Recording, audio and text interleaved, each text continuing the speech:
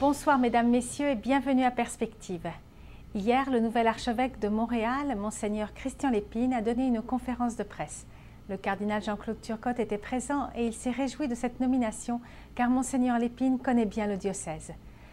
Monseigneur Lépine a souligné l'héritage reçu par le cardinal Turcotte et les priorités qu'il voit pour Montréal. En voici un extrait. Donc, c'est un héritage précieux que je reçois du cardinal et que j'espère continuer, ce sens de l'essentiel, mais aussi cette priorité toujours accordée à Jésus-Christ. En termes de défis à relever, c'est le cardinal lui-même qui m'a mis sur la piste en me nommant à la famille et à la liturgie et à la jeunesse. C'est que la famille et la jeunesse vivent des situations de beauté, de grandeur, mais aussi d'épreuves et de défis à relever. Et je trouve important comme aîné, si on veut, et comme évêque et comme Église, que l'Église apprenne à aimer les familles telles qu'elles sont, dans leur variété, dans leur diversité, pour leur annoncer justement Jésus-Christ. Que l'Église apprenne à rencontrer les jeunes où ils sont, pour leur annoncer Jésus-Christ, pour leur faire connaître Jésus-Christ. Fait que l'idée d'aller vers les gens où ils sont, parce qu'annoncer Jésus-Christ, s'il n'y a personne devant nous, c'est une parole qui retentit un peu dans l'air. Alors ça prend l'élan pour aller vers les gens, pour les rencontrer. Cette fin de semaine, c'est la quête spéciale de Carême pour Développement et Paix, pour qu'un monde plus juste prenne racine. Voici leur clip. Le Carême de partage est la campagne de collecte de fonds annuelle de Développement et Paix. Grâce à vos dons généreux, vous aidez à ce qu'un monde plus juste prenne racine. Que vous participiez à notre campagne de collecte de fonds en ligne Faites le don, ou que vous encouragez les jeunes qui participent aux Jeunes Jeunesse, chaque don nous est précieux. Grâce à vous, Développement et Paix aide nos partenaires du Sud. Que ce soit en construisant des maisons pour les familles en Haïti, ou en s'attaquant aux problèmes de logement, de sécurité alimentaire et de réforme agraire au Brésil, en travaillant dans la Corne de l'Afrique, en Éthiopie et au Kenya pour la sécurité alimentaire et l'accès à l'eau. Au Cambodge, une banque de riz, des groupes d'entraide, d'épargne et de crédit améliorent les conditions de vie des villageois. Mais ce n'est pas tout.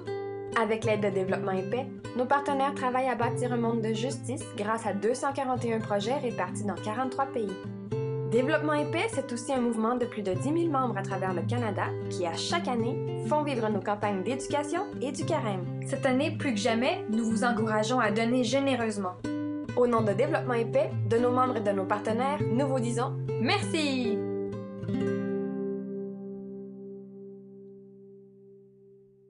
C'était donc le clip de Développement et Paix. Cet organisme vient d'apprendre que les subventions du gouvernement vont baisser de près de 65% pour les 5 années à venir, ce qui va entraver la réalisation de nombreux projets. Développement et Paix vit essentiellement de ces subventions ainsi que des dons collectés lors du carême. Le diocèse de Québec déplore cette situation qui va être au détriment des populations moins favorisées. Il appelle à être généreux cette fin de semaine pour cette collecte annuelle de carême. Pour plus de renseignements, voir le site devp.org ou téléphoner au 1-888-664-3387.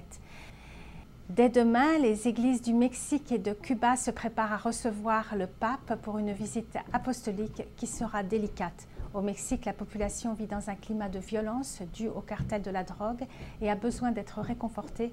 À Cuba, les Cubains souhaitent une amélioration des relations entre l'Église et l'État. Le pape va rappeler que notre époque est un temps propice pour évangéliser avec une foi robuste, une espérance vive et une charité ardente. Ciel et Lumière diffusera plusieurs événements. D'abord, vendredi 23 mars, la cérémonie de bienvenue à Léon au Mexique en direct à 18h30 et en français à 19h30. Et le samedi 24, 2 rencontres en direct, l'une avec le gouvernement à 20h et l'autre avec les enfants à 20h45. Et dimanche 25 mars, la messe et l'Angélus sera célébré au parc du Bicentenaire à Léon au Mexique en direct à 11h50 et en français à 15h30. Et la célébration des Vêpres dans la cathédrale de Léon en direct à 20h. Et lundi 26 mars sera la fête de l'Annonciation. Le pape célébrera la messe à Santiago de Cuba en direct à 18h30 et ensuite rediffusée en français à 20h30. Mardi 27 mars, le pape visitera le sanctuaire de la Virgen de la Caridad del Cobre à 19h35 et puis le mercredi 28 mars, la messe sur la place de la Révolution à La Havane en direct à 9h50 et en français à 13h30. Il finira son voyage mardi 28 mars.